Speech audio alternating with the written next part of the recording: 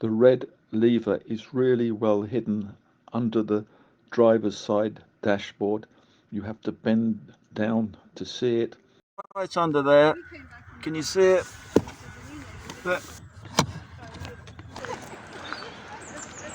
So you've now got the finger gap.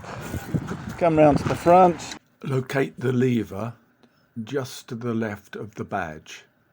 You can see it's a tiny lever. Even when you know where it is, it's quite difficult to locate. It's partially hidden by the rubber trim. If you get down and look through the gap, the bonnet gap, you can actually see it. So there's the mechanism. It's a tiny little lever. You've got telescopic struts, which is always a great thing.